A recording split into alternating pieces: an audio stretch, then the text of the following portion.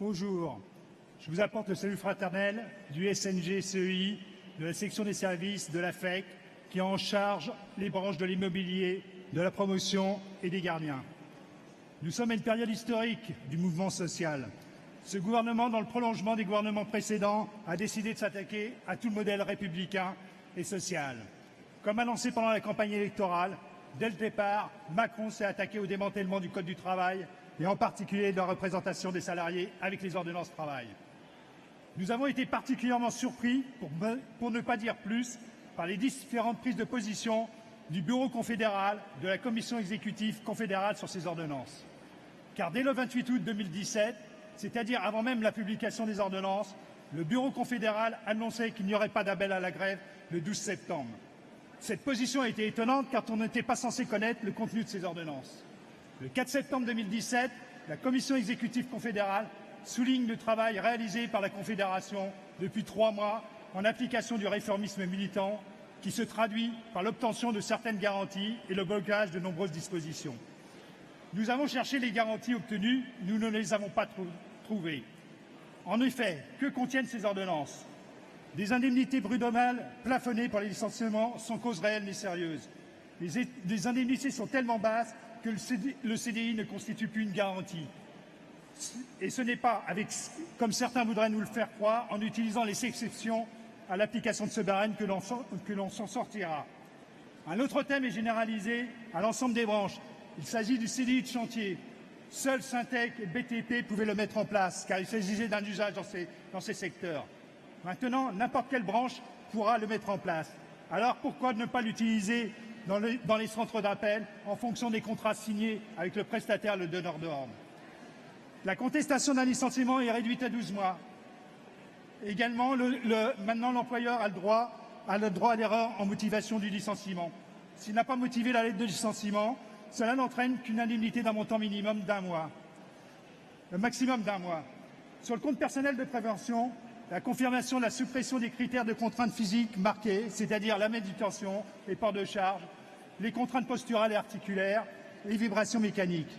Il n'y a plus de personnalisation des propositions de reclassement en cas de licenciement collectif. Le périmètre du licenciement économique est ramené au niveau national.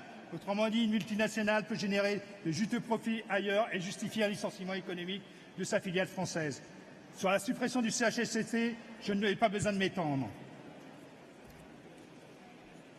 On a introduit la négociation en l'absence de délégués syndicaux dans les entreprises de moins de 50 salariés en particulier et pour les moins de 11 salariés par référendum. Et si cela ne suffit pas, l'employeur pourra utiliser à son initiative le référendum contre les organisations syndicales. Ce sont quelques exemples de cette régression sociale. C'est pour cette raison que je trouve scandaleux lorsque notre secrétaire général déclare le 25 septembre, en parlant des ordonnances, globalement elles ne sont pas équilibrées, ce n'est pas une catastrophe. Effectivement, elles ne sont pas équilibrées car elles ne penchent que d'un côté. Et c'est une catastrophe pour les salariés qui vont être encore plus précarisés. Je pense en particulier aux gardiens qui n'ont que d'autres garanties que celles prévues par la Convention collective, qui est loin d'être préservée comme on a essayé de nous faire croire. Les ordonnances travail ne sont qu'une étape dans la remise en cause de notre modèle social. Il s'agit de défaire tous les droits collectifs. En effet, là maintenant la méthode est rodée. On concerte. Le mot n'est pas anodin. Patrick, ouais. Tu as les micros au niveau des oreilles, c'est moins pratique. Alors je me recule. En effet, la méthode est maintenant rodée. On concerte. Le mot n'est pas anodin. On ne parle pas de négociation, car dans la concertation, il s'agit de l'action de se concerter sur un projet commun. Il s'agit d'associer les syndicats à cette politique de casse. L'exemple le plus criant en ce moment est la remise en cause du service public de la SNCF. Il s'agit de discuter des modalités pour mettre fin au monopole public de la SNCF, de sa privatisation et de la fin du statut des cheminots. Hors de ce cadre, il n'y a pas de discussion. Mais nous pourrions également parler de l'accord sur la formation professionnelle. Outre qu'il y aurait bien des choses à dire sur cet accord, en particulier sur le CPF de transition professionnelle en remplacement du CIF, le gouvernement s'assoit sur cet accord, estimant qu'il ne va pas assez loin. Il s'agit en fait de continuer l'individualisation des droits collectifs avec la monétisation et la fongibilité des droits.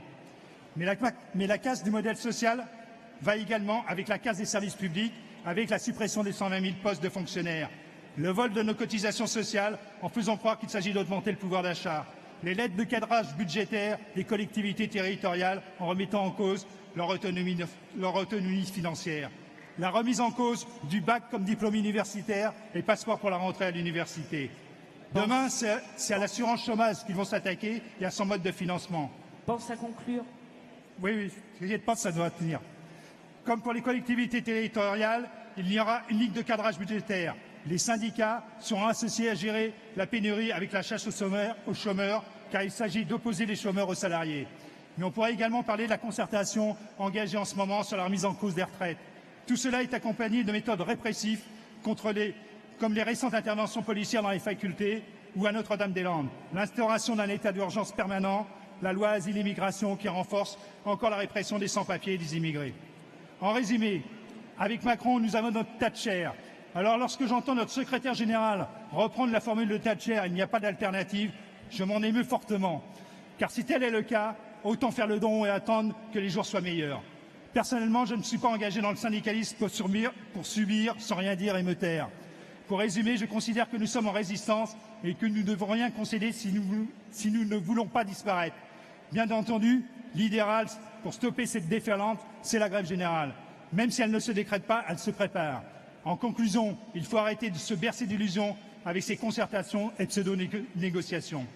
Vive le syndicat libre indépendant, vive la FEC, vive la CGT Force ouvrière.